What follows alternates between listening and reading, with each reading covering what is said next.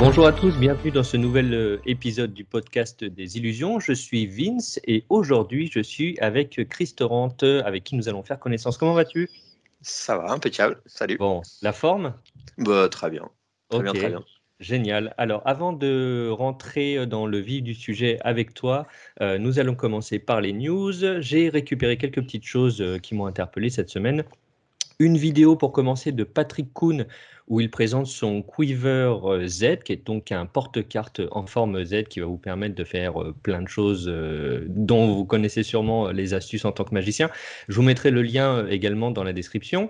La deuxième chose, c'est un effet qui s'appelle Seamless de Glenn West, qui s'appelle Crazy Torn and Restored. C'est une carte déchirée sans gimmick, alors que de la manipulation. C'est vraiment très très beau, hyper bluffant. La troisième chose, c'est Hybride de Danny Weiser, qui est un voyage de trous sur un billet de 1 $, très très visuel, très joli. Et la dernière pour cette semaine, c'est Band on Fire par Bacon Fire, qui est un asiatique et qui fait des routines avec des élastiques, notamment un passage avec un Sharpie sur l'élastique qui était vraiment très très beau. De toute façon, vous retrouverez tous les liens dans la description. Et maintenant, nous allons pouvoir commencer avec Chris. Bon, alors Chris, je suis absolument ravi de t'avoir avec moi aujourd'hui. Alors, on ne se connaît pas, donc nous allons faire connaissance par la même occasion et je t'ai présenté plein de petites questions et on va voir ça ensemble. Alors, Ça la marche. première question, très très basique et on va évoluer tout au fil de cette interview. Je voulais que tu te présentes. Quelle est ton histoire et qui es-tu? Alors, mon histoire, je démarre d'avant la magie. Si on Oui, démarre. j'aimerais bien, Ok, effectivement, parce que moi, c'est un attrait des interviews que j'aime beaucoup, pouvoir découvrir les gens, même avant la magie. Quelle est ton enfance, ton parcours? Raconte-nous tout.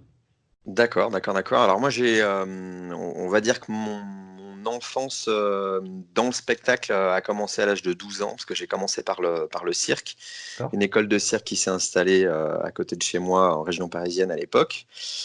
Et puis, ben voilà, pendant un an, j'ai suivi des cours de manière assidue. J'ai fait des spectacles au sein de cette école-là. Et puis, très rapidement, j'ai vite vu que je pouvais plus quitter cette école-là. Donc, j'ai continué à fond là-dedans. Et ça, que je ne dise pas de bêtises, jusqu'à mes 28 ans. C'est-à-dire que j'ai fini par apprendre, devenir professeur dans cette école de cirque-là, artiste aussi de cirque. J'étais acrobate jongleur, en fait, professionnel pendant une petite dizaine d'années, on va dire. Ouais. Et puis voilà. Et puis lors de différents spectacles, j'ai rencontré un magicien, Figaro pour ne pas le nommer, et voilà, il m'a montré deux trois petits trucs, voilà, j'ai de close-up, et voilà, je suis tombé fou amoureux de non pas de Figaro, mais de la magie. Et puis j'ai lâché complètement le cirque en un an, en fait. J'ai tout lâché dans le cirque pour partir à fond dans la magie. D'accord. Le close-up dans un premier temps, assez rapidement, des spectacles, voilà, une petite demi-heure, trois quarts d'heure, parce que j'avais déjà un bagage dans le cirque qui me permettait de pouvoir tenir une salle. J'avais fait beaucoup de clown aussi, en dehors de l'acrobatie et du jonglage. Et donc, ça me permettait de pouvoir tenir une salle voilà, assez rapidement avec pas grand-chose, pas beaucoup de bagages en magie. Et puis, bah, voilà, avec l'expérience, j'ai progressé en magie de plus en plus, ce qui m'a permis de pouvoir, voilà, maintenant aujourd'hui j'ai deux spectacles, un spectacle d'une heure pour enfants, un spectacle d'une heure et demie plus familial. Je fais du close-up et puis j'ai un numéro visuel, voilà. Ok, bah ouais, effectivement, je trouve que c'est assez original d'avoir commencé par le cirque. Autant j'ai quelques amis qui ont pris des cours de théâtre et des fois ont intégré une troupe de cirque après avoir commencé la magie. Du coup, toi, D'accord. tu es passé par ce cursus-là avant. Je trouve ça original, étonnant et en même temps, j'ai l'impression que ça apporte énormément de choses. Et tu me diras si je me trompe, mais le fait de commencer par le cirque, bon, déjà, il y a tout ce qui est aspect physique, entraînement physique Oui. poussé. Il y a la psychologie aussi, savoir tout de suite être mis sur le devant de la scène, avoir de la prise de parole en public, savoir attirer l'attention. Et hormis derrière tout ça, toute la technique. Toi, tu étais intégré à la troupe comme quelqu'un qui vient faire des cours, hein, c'est ça? Tu n'étais pas dans cet aspect Alors, famille ou... non, oui, voilà, ça avait rien à voir avec la famille. La personne qui dirigeait l'école de cirque ne venait pas non plus d'une famille de cirque. C'était vraiment un passionné. Il s'appelle Daniel Zozoulia. Lui, il a commencé en fait, depuis l'âge de 5 ans, il regardait, il faisait il faisait de la gymnastique au sol. Et depuis l'âge de 5 ans, 6 ans, 7 ans, il regardait souvent la télé, il voyait des cirques. Et puis voilà, il a tanné ses parents. Il habitait en Lorraine à l'époque. Il a tanné ses parents pour aller faire une école de cirque. Et le jour où il a appris qu'une école de cirque était créée en Espagne, il a tellement pris la tête à ses parents que, ben, à l'âge de 13 ans, ils lui ont dit, écoute, tu prends tes bagages et puis tu te casses. Et donc, à 13 ans, il a pris ses bagages, il a fait la Lorraine, Espagne. Faut dire à quel point c'était un Bah, passionné. c'est incroyable cette Et histoire, quoi. parce que moi, à 13 ans, j'avais encore les couches, hein, donc je Bah, tu bougeais pas de chez m'étonnes. moi, quoi. Tu vois, Et à le 13 club ans. Dorothée alors, on était bien devant la télé. Exactement. Moi, j'ai ma fille qui a 13 ans. Tu lui dis, vas-y, prends tes bagages, va en Ah Espagne. Elle dit, putain, t'as raison, quoi. incroyable. Et donc voilà, donc c'était vraiment un passionné et c'était un très très bon acrobate. Mais rapidement, il s'est rendu compte que c'était pas le côté artistique qui l'intéressait, c'était plus le fait de travailler avec des enfants, parce que les adultes, voilà, il a côtoyé plein d'adultes en Espagne où il a vu ce que c'était que de se faire exploiter en fait. Et donc, il a fini par se tourner vers les enfants et se dire, bah voilà, moi, je veux monter une école de cirque en toute innocence et faire, voilà, essayer d'amuser les gamins et de leur faire découvrir ce que c'est que le cirque et surtout les aider à devenir des hommes par le biais, des hommes et des femmes par le biais de cet outil qu'est le cirque, qui est c'est l'école de la vie, hein, le cirque à la Mm. base, hein. Oui. Donc voilà, moi je suis arrivé là-dessus. Et puis donc il m'a formé aussi bien d'un côté artistique que d'un point de vue humain. En fait, il a un peu fait mon éducation, même si moi j'avais mon père et ma mère, mais il a contribué à faire qui je suis aujourd'hui. Et je le remercie parce que voilà, c'est important aussi en dehors d'être un artiste, d'être quelqu'un de voilà, d'essayer en tout cas de tendre vers quelqu'un de bien, d'essayer de voilà, de faire de belles choses dans Ouais. sa vie. Et voilà. Ok, très très original. Bah, j'aime beaucoup déjà cette partie-là. Pour revenir un petit peu plus sur toi, quel est ton style aujourd'hui de magie? Est-ce que tu as une spécialité? Tu nous parlais que tu avais un spectacle pour les enfants, un spectacle familial, que tu te tournais vers le close-up. Est-ce que il y a des choses spécifiques que tu aimes amener vers les gens, ou alors techniquement, est-ce que, je sais pas, peut-être que c'est plus les cartes ou d'autres choses? Alors en fait, non, c'est une magie assez polyvalente, hein, une magie générale. Après, tout dépend de la prestation. C'est vrai qu'en close-up, mon but premier, c'est d'avoir une magie la plus impactante possible parce qu'on a peu de temps et l'idée, c'est que les gens soient sur le cul à la fin du close-up. Ce qui n'est pas forcément le cas sur de la magie générale enfin sur la magie générale, sur mon spectacle d'1 heure et demie ou sur mon visuel de 7 minutes. Où là, l'idée, c'est vraiment que les gens rigolent le plus possible. Voilà. C'est-à-dire que je suis prêt des fois bah, tu le sais aussi bien que moi, dans le fait de monter un tour de magie et d'avoir des effets bien précis. Il y a un rythme des fois où selon le rythme, selon les phrases qu'on donne, ben la magie va avoir un impact plus ou moins important sur les gens. Ouais. Et autant en close-up, c'est clair que je vais privilégier le rythme de la magie pour que c'est un maximum d'impact sur les gens. Autant si je vois qu'il y a moyen en scène de raconter une connerie ou un truc qui va me venir en tête et qui, je sais, va déclencher un rire chez les gens, au risque d'amoindrir un peu l'effet parce qu'on ne sera pas dans le bon timing, je vais le faire en fait. Je vais vraiment privilégier l'aspect humoristique là pour le coup. Ok. Et oui, moi je suis allé regarder quelques-unes de tes vidéos. Et Ouais. effectivement, ce que j'ai pu remarquer dedans, c'est que beaucoup de polyvalence, avec des efforts très visuels très forts. Un petit style aussi parce qu'on peut te reconnaître. Moi, j'ai aimé cette petite touche jaune, tu vois, le jeu de cartes jaune, Ouais. cravate jaune et tout ça. Donc au moins, ça marque une personnalité, ça marque quelque Mhm. chose. Et effectivement, beaucoup tourné sur l'humour et la sympathie. Et je trouve, hein, c'est pas parce que tu es avec moi, mais je trouve que c'est quelque chose qui te va à merveille, qui Ah, merci. fonctionne avec ton physique et je trouve que tu es congruent dans ce que tu fais. Donc moi, j'ai aimé ça et c'est pour ça que je suis aussi ravi de t'avoir aujourd'hui avec moi. Cool, Euh, le que- plaisir est que- partagé. Comment est-ce que tu as senti ton évolution dans la magie? Tu sais, dans la construction d'un personnage ou d'une idéologie, comment est-ce que ça s'est créé ça chez toi entre ton enfance, ton adolescence, l'arrivée à l'âge adulte et la création de ce personnage? Bah, en fait, je sais pas si on peut parler de création parce que, alors pour le numéro Sympholie, je sais pas si tu as vu le numéro Sympholie ou pas? Tu Pas sais, avec en le chien entier, non. invisible? Non? Non, pas en entier. Là, on peut vraiment parler de création de personnage. Par contre, pour le reste, que ce soit en close-up ou surtout sur scène, hem, étant donné que je viens du clown et que je pars du principe qu'on n'a qu'un seul clown, on n'a pas, on n'est pas un clown, c'est pas un comédien. C'est pas quelqu'un qui crée quelque chose, c'est quelqu'un qui va chercher. On a tous un clown en soi en fait, et on va chercher au plus profond de. Après, faut aller à cette quête hein, d'arriver à trouver comment on va faire tout un tas de choses, mais en étant soi-même et en étant drôle. Et pour moi, c'est cette quête, en fait, je l'ai faite avec le cirque, en fait, avec tous les sketchs de clown que j'ai faits, qui étaient des sketchs traditionnels, classiques, un peu pas tarte à la crème, mais un peu. Et du coup, je me suis découvert comme ça. Et du coup, j'ai rendu la chose un petit peu plus légère, ensuite un peu plus subtile avec la magie, parce que l'idée, c'était pas justement de faire du clown tarte à la crème. Mais je sais pas si on peut parler de créer un personnage. En fait, je suis, sur scène, je suis comme dans la vie, en fait, juste que, ben, voilà, je laisse ressortir un peu plus, ce que j'ai en moi et je laisse aller, en fait. OK. Voilà. Un peu comme si tu étais, désinhibé?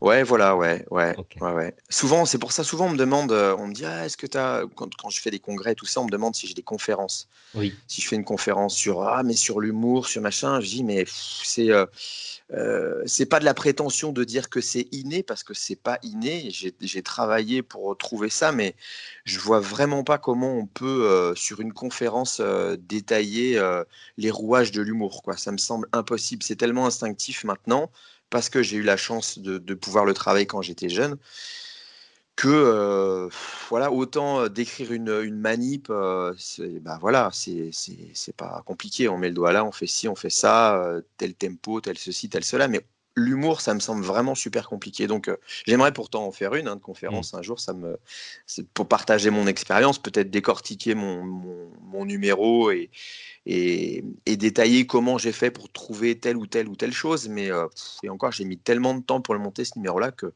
je saurais même pas, je sais pas si j'arriverai à ouais, à expliquer, tout ça quoi, en fait. Donc voilà, OK. tout ça pour dire que, ben, j'ai pas le sentiment que ce soit une création de personnage. En fait, le personnage, il évolue au fur et à mesure que moi j'évolue en tant qu'homme. Bah, il évolue avec moi en fait sur, voilà, le type d'humour que j'ai envie d'aller, beh, parce que moi je «vieillis» entre guillemets et ben, voilà, je sens aussi que j'évolue donc mon clown évolue avec moi en fait. D'accord. Est-ce que, du coup, je me pose la question, est-ce que pour revenir sur cette création de techniques sur l'humour, est-ce qu'on n'est pas justement sur, l'opportunité de créer des situations? C'est-à-dire faire en sorte de jouer, de jouer, de jouer à répétition et c'est le terrain et c'est la réaction des autres qui va nous construire en se disant: «Ah bah là, cette blague, elle fonctionne dans telle situation, moins dans celle-ci, avec ce type de public, je garde ci, j'enlève ça». Et c'est peut-être à force de jouer que les choses se construisent. Oui, c'est clair. Ça, c'est une évidence. C'est une OK. évidence. Bah, j'ai fait une tournée dernièrement là, j'ai fait une quinzaine de dates en un mois en fait, sur des stations, d'hiver avec une boîte de production et bah, dans cette je me suis servi de ces dates-là pour pouvoir tester des petites choses qui sont compliquées de tester quand on a une date, un peu isolée. Alors quand isolée, bon je j'ai heureusement beaucoup de travail, mais c'est pas forcément toujours du spectacle. Ça va être un week-end, je vais avoir un spectacle, l'autre week-end, ça va être du close-up, en semaine ensuite derrière, ça va être le numéro Symphonie, et puis une semaine après, je vais revenir sur le spectacle en question. Donc pour tester quelque chose et savoir s'il convient. Si derrière, il faut attendre un mois avant de retester, parce que c'est pas en une fois qu'on peut savoir si vraiment ça a marché ou pas. Parce que la même blague, le même effet ou la même vanne, que ce soit de la magie ou de l'humour, encore une fois, il va pas être perçu de la même façon, si le rythme est différent, si l'intonation de voix est différente et tout ça. Donc, ça mérite vraiment de pouvoir l'essayer régulièrement avant de se dire bon ah non, j'abandonne définitivement, ça marche pas, ou alors ah bah oui, je le garde, ça marche bien, et voilà. Et donc du coup cette tournée là qui s'est passée en février-mars, j'ai eu l'opportunité de tester des choses, et il y a des choses que j'ai gardées, des choses que j'ai virées, alors que ce spectacle, ça fait 10 piges que je le tourne, et ça fait 10 ans qu'il évolue un peu à droite, un peu à gauche. Donc oui, c'est clair que la régularité dans le fait d'aller sur scène et de pouvoir tester des choses, il n'y a que ça de vrai, hein. Ça, c'est une évidence, hein. Et du coup, je me pose une question parce que quand tu es sur scène et que tu testes des choses, une bonne blague qui passe bien, c'est génial. Quand elle passe pas, qu'est-ce que ça fait? Comment tu rebondis? Alors moi, quand quelque chose ne marche pas, j'aime bien marquer un blanc derrière pour augmenter le malaise, en fait. J'adore ça parce que c'est ce malaise-là qui va faire rire en plus derrière. Parce que j'ai un personnage j'ai la possibilité, vu que effectivement c'est un personnage un peu attachant, un peu, je suis un peu borderline, c'est-à-dire que quand je me mets à vanner quelqu'un, bon, il s'en prend un peu plein la tête, mais même la personne sent que c'est bienveillant, en fait. C'est vraiment jamais uniquement pour faire rire, c'est bienveillant. Voilà, généralement, la personne, je lui fais un petit câlin dans le dos derrière, ou un petit bisou de loin. Enfin voilà, les gens sentent vraiment que c'est bienveillant. Et du coup, ça me permet de pouvoir marquer des blancs à des moments où d'autres peut-être s'empresseraient de passer vite à côté. Moi, je marque la pause pour amplifier pas le malaise, mais le fait de dire bon, ça c'est une vanne à la con, je la ferai plus, ok, pas de problème, voilà. Et hop, et ça déclenche des rires généralement avec une petite mimique, voilà, et ça me permet de pouvoir passer par-dessus sans problème, quoi. Ok. Je comprends bien, ouais. J'ai essayé d'imaginer en même temps que tu me parlais, Ouais, et en imaginant la situation, je me dis qu'effectivement, c'est un bon outil parce que ça veut dire que tu assumes totalement le fait que la le blague bide n'ait pas marché complet, c'est et que clair. tu es dans une espèce d'attente de voir le public réagir, et que le fait qu'il ne réagisse pas, effectivement, crée le comique de la situation. Ok. Exactement. Tu disais que tu as une fille, tu as un enfant seulement, plusieurs? Deux filles, 11 ans et 13 ans. D'accord. Est-ce que tu as cette transmission aussi pour elle? Est-ce que tu les mets dans cet univers de cirque qui t'a aidé? Comment ça se passe avec tes enfants? Alors j'ai essayé un petit peu, mais il semblerait qu'elle soit pas forcément hyper, voilà, que j'ai pas forcément envie, donc je force pas du tout, même si je sais que ça leur ferait du bien, parce que même sans en faire son métier, le simple fait de se concentrer sur une activité artistique, c'est bien pour évoluer. Mais bon, pour l'instant, non, elles ont pas spécialement envie de ça, donc voilà. Et puis il y a le collège. Le collège, ça prend tellement de temps que Eh oui, c'est l'enfer, hein, c'est l'enfer. Au secours, au ouais, secours. Trop de devoirs. j'imagine, j'imagine. Puis moi, je suis Euh, pas partisan de tout ça, quoi. Moi, enfin, je trouve que le collège, c'est super bien pour apprendre, mais je me dis, le matin, c'est bien, puis l'après-midi, tu te barres, quoi. Tu fais du sport, tu fais d'autres choses, ouais. mais bon, c'est comme ça. Et oui, le système éducatif est bien ce qu'il est. Oui. Alors du coup, tu nous disais que, et je suis entièrement d'accord avec ça, que ton personnage, ton caractère évolue forcément en tant qu'homme et en tant qu'individu, et avec ton évolution naturelle. Mhm. Aujourd'hui, quelle est ta vision aujourd'hui? Je pose cette question parce que, en tout cas pour ma part, ça m'arrive, et sûrement pour plein d'autres, on peut, avec le recul, se dire, ah bah il y a 20 ans, quand je faisais la magie, je n'avais pas du tout la même mentalité, ni même les mêmes objectifs, et tout ça a évolué. Et quand on fait un espèce de bilan à reculons, on se dit, mais j'avais l'impression d'être sur une bonne voie il y a tant de temps, et Ouais. aujourd'hui, tu es plus en accord avec toi-même. Enfin, c'est naturel ça, mais Oui. comment c'est pour toi? Ouais, c'est un peu vrai, ouais. C'est un peu vrai. C'est-à-dire que quand je regarde ce que je faisais avant, je me dis: «Oh putain, c'était de la merde et tout», et puis là, je me dis: «Bon, là, ça va, tu te débrouilles pas trop mal, les gens sont contents en fin de spectacle et tout ça, mais je me dis que dans 20 ans, je me dirais peut-être que ce que je fais aujourd'hui, voilà, c'était pas top Ouais, non plus, et à la limite, c'est mieux comme ça veut dire qu'on avance. En fait, c'est pas que c'était pas bien, c'est juste que c'était différent en fait, et qu'il ouais. faut laisser le temps au temps, et que l'important, c'est toujours chercher à progresser. Moi, je pense pas être un créateur de folie, mais je cherche vraiment à créer toujours le plus possible, parce que je pars du principe que si tu ne fais qu'interpréter, à partir du moment où tu arrêtes de créer, pour moi, tu recules, quoi. Si tu Hmm. stagnes, pour moi, c'est reculer. Ouais, Voilà. ouais, ouais. Donc l'idée, c'est toujours de chercher à avancer, à faire des trucs, parce que en plus, quand ça fait, je sais pas combien de temps que tu fais toujours les mêmes choses, tu les fais avec une sorte de mécanisme qui fait que ben c'est moins bon que quand quand tu y allais avec un peu la peur au ventre en te disant Ouais. bon, est-ce que ça va passer, est-ce que ça va pas passer, et là, notamment, je me suis lâché sur plein de petits trucs sur le spectacle d'1 heure et demie là, avec la tournée des colporteurs. Et ça m'a vraiment fait du bien, parce que me taper 15, sur un mois, 15 spectacles en faisant toujours enfin, en faisant ce que je fais depuis déjà 10 ans, sans chercher à avancer, à tester des choses, ça aurait vraiment été du gâchis, quoi. Parce que Hmm. ces petites tournées-là, c'est du pain béni pour quelqu'un qui a envie de progresser, et puis d'avancer un peu et de faire des trucs un peu différents de ce qu'il fait d'habitude, quoi. Ouais. Et puis ne serait-ce aussi pour cette sensation de se sentir vivant. Si on répète Exactement. machinalement toujours les mêmes choses, la vie devient un petit peu fade. Donc oui, beaucoup de place à l'improvisation, ça fait toujours beaucoup de bien. Tout à fait d'accord. Quels sont les magiciens qui t'inspirent, qui t'ont inspiré, peut-être même des gens que tu connais aujourd'hui, qui t'ont grandement aidé? Ouais, tout à fait. Oui, oui. Alors, bon, il y en a un paquet, hein. Il y en a un paquet. Je peux t'en citer trois, quatre. Il y a Ouais, Jeff Hobson, ok. voilà, qui me fait mourir de rire. David Williamson, Charlie Fry. Ouais. David Stone. David Stone, je trouve que c'est un mec qui est hyper créatif. C'est un pote aussi que je connais bien maintenant, qui est vraiment voilà, super sympa aussi dans la vie. Et donc voilà, ouais, ça fait. Il y en a un paquet. Il y a aussi des gens qui ne sont pas magiciens. Moi, j'ai envie de.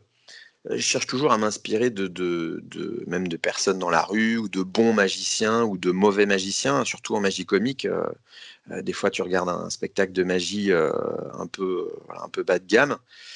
Bah, il y a une mine d'or en fait là-dedans. C'est-à-dire que c'est ce magicien en question qui cherche à être sérieux, et qui fait du mieux qu'il peut pour essayer de faire rêver les gens.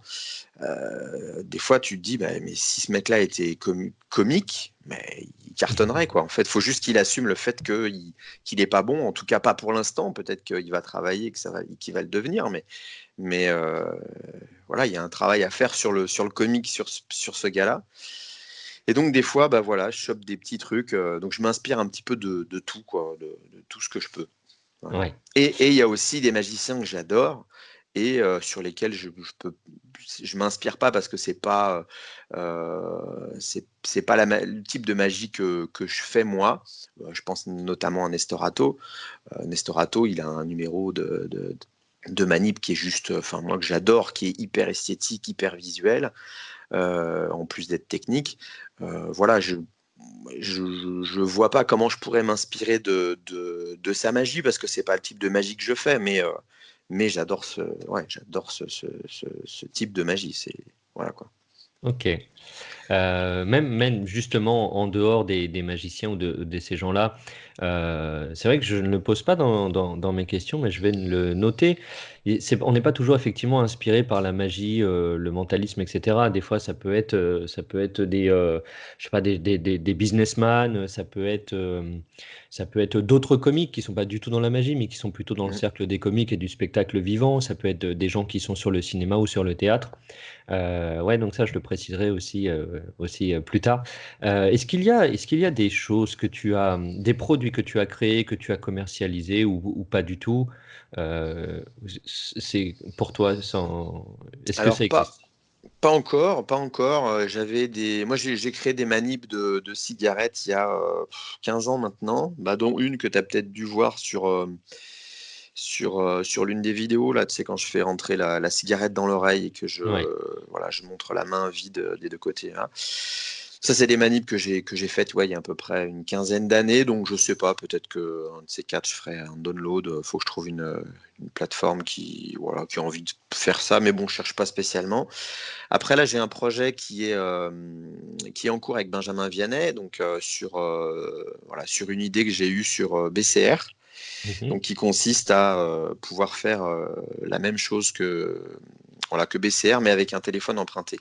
Alors, BCR, tu expliques pour ceux qui ne connaissent pas? Alors BCR, c'est la possibilité. Pour moi, c'est un outil. Je ne parlerai pas du tour que présente Ouais. Benjamin dans la vidéo, mais pour moi, c'est un outil, voilà, et c'est un outil qui est juste mortel. Les gens hallucinent à chaque fois. C'est vous prenez une photo, la photo s'imprime, et vous pouvez. L'idée est de pouvoir faire, de présenter la photo de la personne que vous avez prise à un endroit, dans une boîte Kennedy, ou ça peut être n'importe où, mais dans un endroit impossible d'accès pour une imprimante, et voilà. Et donc avec l'option que j'apporte sur cette petite version qu'on va sortir avec BCR, avec Benji, c'est la possibilité de faire le même effet, sauf que la photo va être prise avec un téléphone emprunté. Voilà. Et l'idée, D'accord. c'est en plus, ce sera customisable, c'est-à-dire que là, moi, comme j'ai préparé le tour sur mon téléphone, sur le téléphone de la personne quand je l'emprunterai, c'est qu'en fait, la personne ne pourra, à aucun moment, elle se dit que j'aurais pris une photo. Donc Ok. voilà, ça complique un peu la chose à expliquer, mais en gros, la personne va voir une photo d'elle à un endroit impossible, dans une enveloppe qu'elle va tenir, par exemple, depuis le départ. Ok. Et il y a sa photo, alors que j'ai jamais pris de Alors que t'as pas téléphone, pris de photo, quoi. j'ai pas pris de photo, voilà. Donc voilà. Énorme. Ok. Bah, je serais ravi d'être tenu au courant des avancées de ce projet. Eh ben écoute, je te Euh, tiendrai au courant, ouais, pas de souci. J'ai un autre truc aussi, mais bon, ouais. c'est un plus gros projet. Il est tellement gros que je ne sais pas si ça sera réalisable. C'est en étude pour l'instant, mais c'est compliqué. Donc voilà, ça va prendre le temps. On verra. Si ça marche, ça va faire du bruit, mais Ok. je ne Même sais pas pas sûr. de thème pour le teasing? Non. Ok. Ça marche. Mais je reviendrai Euh, vers toi si ça fonctionne et tout. Je reviendrai vers toi, mais c'est pas avant peut-être je sais pas 2 ans. Ça va ouais. pas se faire tout de suite. Ok. Et on arrive à la partie que moi je préfère. J'espère que tu as eu le temps d'y réfléchir, mais j'aimerais que tu nous racontes quelques anecdotes de vie, quelques anecdotes de carrière. Ça peut être des gens que tu as rencontrés, des lieux dans lesquels tu t'es retrouvé ou des situations extraordinaires. Est-ce que tu as quelques petites cacahuètes à nous envoyer? Alors, des rencontres, oui, j'en ai un paquet depuis la FISM. C'est hallucinant. C'est-à-dire que depuis que j'ai fait les championnats du monde, je me retrouve à faire mon numéro que je faisais avant. Enfin, très rapidement, au bout d'un an. En 2014, j'ai fait pour la première fois mon numéro, Sympholie, Mhm. alors que ça faisait 7 ans qu'il était en cours de travail. Et puis, Pilou, un jour, me dit Bon, Chris, là, j'ai un spectacle à faire chez moi, à Maxi. Ça dit de venir faire ton numéro, tout. Je dis mais il est pas prêt et tout. Il me dit mais ça fait 7 ans que je te connais, ça fait 7 ans qu'il est pas prêt, mec. Donc, il y a un moment, il faut y aller. Je dis ouais, mais bon, le final est pas encore, machin. Il me dit écoute, tu m'emmerdes, c'est dans 3 semaines. Tu as 3 semaines pour finir ton final. Tu le fais et après, bah, tu retravailleras dessus, tu remettras en état de chantier, puis voilà. Mais en attendant, tu viens le faire et voilà. Je dis bon, allez, ok, c'est parti. Donc je le fais, ça cartonne et là, il me parle de concours. Donc il me parle de concours, moi je ne savais même pas qu'il y avait des concours, il me parle de Paris Première et puis d'autres petits concours. Donc je fais quelques concours régionaux et très rapidement, je fais la rencontre de Thierry Channen, Serge Audin et tout ça. Il me propose, on se met d'accord sur éventuellement possibilité de faire les championnats du monde. J'envoie mon numéro, ça passe en commission, c'est accepté. Et depuis les championnats du monde, je fais des rencontres de malades. Donc voilà, notamment en tête Shutogawa, la dernière fois j'étais en Chine. Voilà, je regardais ses DVD il y a encore 4-5 ans. Et puis voilà, je me retrouve à faire la scène avec lui. Peter Marvet, Jeff McBride, Eugene Burger. Enfin des rencontres Ouais. voilà, assez improbable où je me dis, bon, bah, putain, ouais, c'est cool, quoi. Donc, je me sens tout petit à côté de ces gens-là, mais ouais, ça fait vraiment du bien. Et puis aussi, la rencontre, la FISM aussi m'a apporté des rencontres entre guillemets, de ma génération, euh, notamment Hector Mancha, Figueroa, Jaime, voilà, Figueroa, et que j'ai rencontré, et avec qui, bah, voilà, on partage. Tant qu'on peut partager les plateaux, on est content. Ah, tiens, une Ouais. petite anecdote Hmm. de Jaime. Jaime Figueroa, tu vois qui c'est ou pas? Non, moi je ne connais Non, pas. c'est un Espagnol, donc qui fait de la magie comique aussi, qui a fait la D'accord. FISM en même temps que moi, Mhm. et, ouais, qui est doté d'une gentillesse et à toute épreuve. Et, il fait son numéro et genre, j'ai pas tout suivi, mais il tombe un moment, enfin pas dans le numéro, ou alors si, peut-être je crois que c'est dans le numéro, et il se casse le doigt. Il continue Ouh. son numéro, ouais. Et puis 2, 3 jours après, donc je l'avais pas croisé, mais j'avais adoré ce qu'il avait fait. Je sors de scène. Alors à la base, on est en compétition quand même, hein. Voilà, Hmm. je sors de scène et je vois un mec qui me fonce dessus. Et c'était lui et qui m'embrasse alors qu'on se connaissait pas en me disant ah mais c'est magnifique, c'est génial, là, là, là, là, là, là. Enfin voilà, il a fait plein d'éloges sur mon numéro alors que le gars bah voilà, il s'était pété le doigt 3 jours avant, il avait la main dans le plâtre, enfin ouais, il avait tout ce qu'il fallait pour pas forcément être très joyeux. Ouais.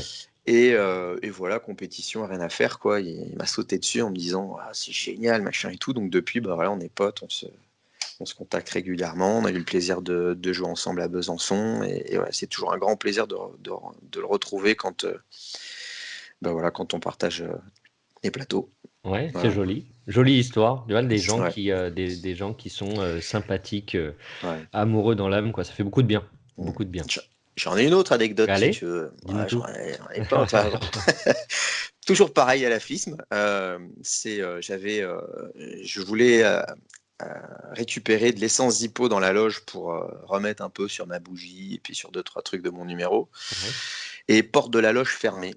Ah, je dis, c'est quoi? Qu'est-ce qui se passe? Porte de la loge fermée et à 10 minutes de rentrer sur scène, hein. Donc voilà. Je dis, joue un peu, tout, pas de ta vie, mais tu Pression t'attends à être maximale. dans les meilleurs voilà, moyens.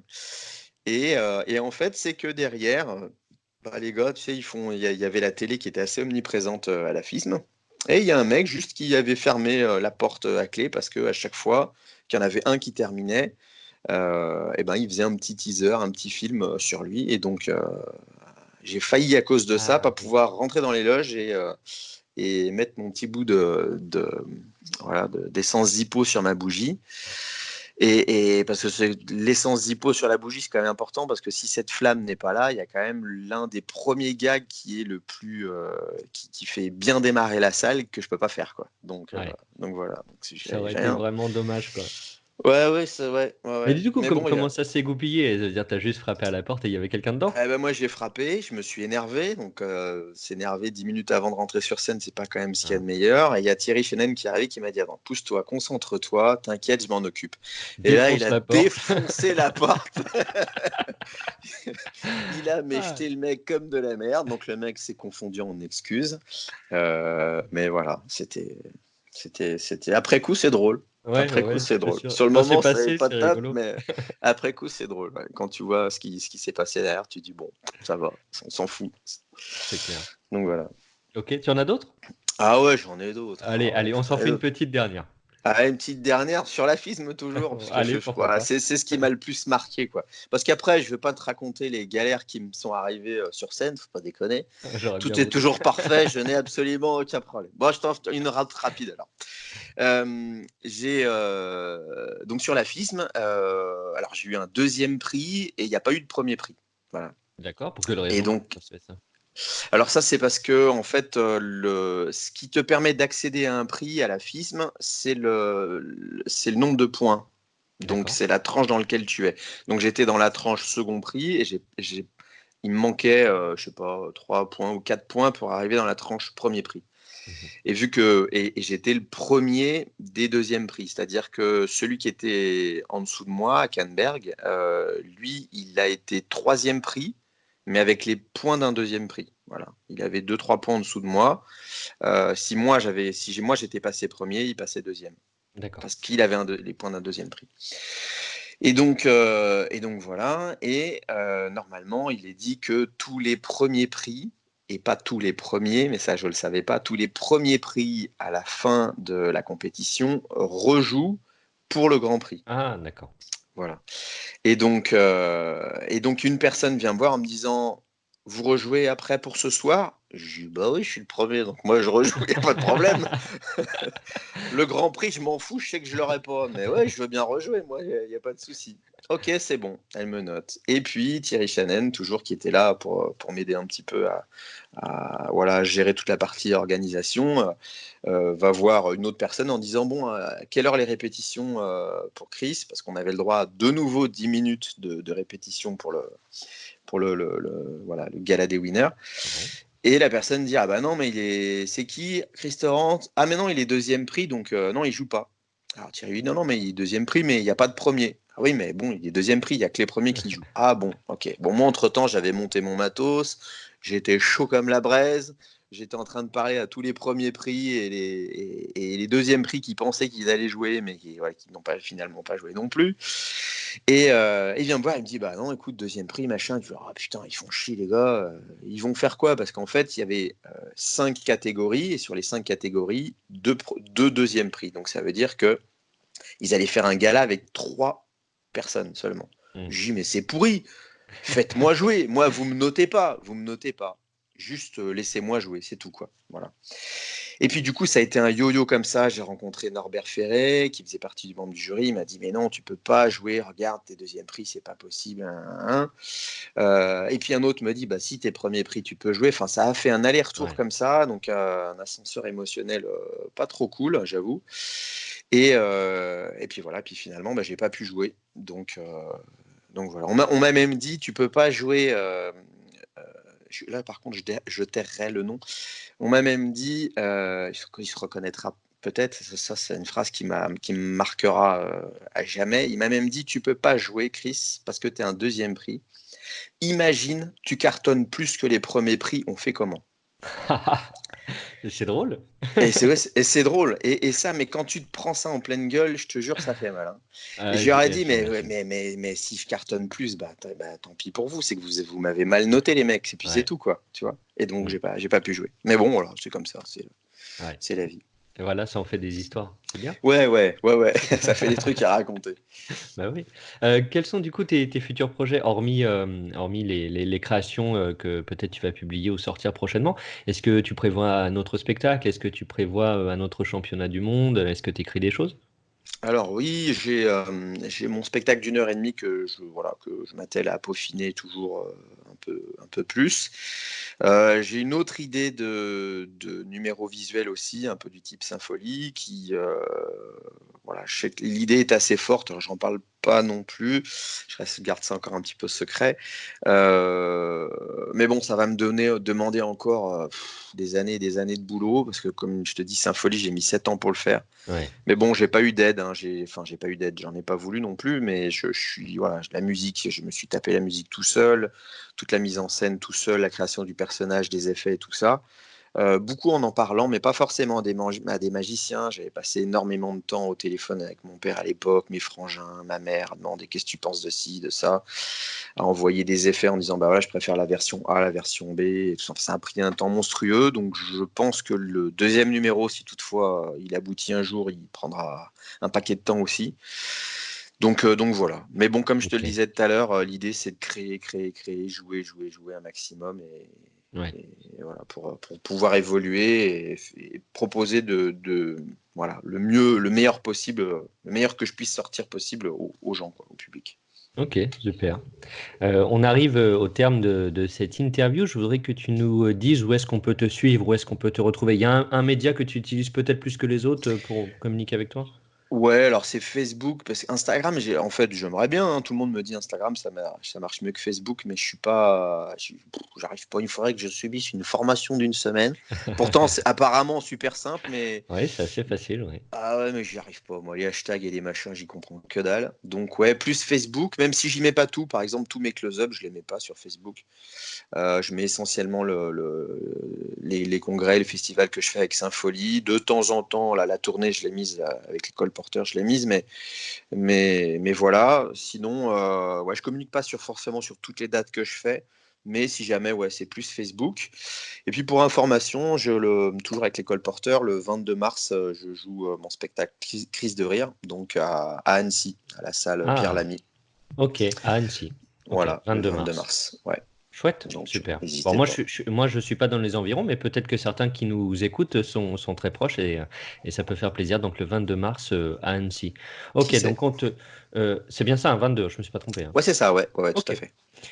Donc principalement sur Facebook, on te retrouve. Alors moi, j'ai vu pas mal de tes vidéos quand même sur YouTube, donc je peux, Oui, si tu me le permets, annoncer aux gens qu'on peut te retrouver aussi sur YouTube c'est vrai, en exact. Tu tapant vois, comme en Chris Sand. communication, c'est pas mon truc, hein. Ouais, ouais, exact. Je te laisse faire, vas-y. Voilà, ce qui m'a permis de voir quelques petites vidéos sympathiques et puis avant de commencer cette interview, de cerner un peu ton personnage et ton identité, sans aucune quoi que ce soit, mais ça m'a Ouais, donné un ouais, regard déjà sur qui est-ce que j'allais avoir en interview et ça m'a beaucoup aidé.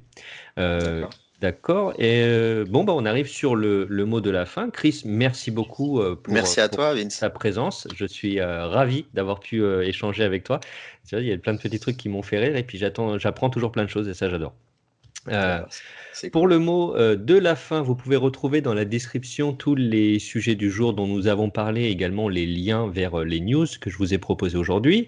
Notre podcast est disponible sur YouTube, sur iTunes, Spotify et SoundCloud. Alors il est en audio en priorité car je ne mets pas forcément tous les épisodes sur YouTube.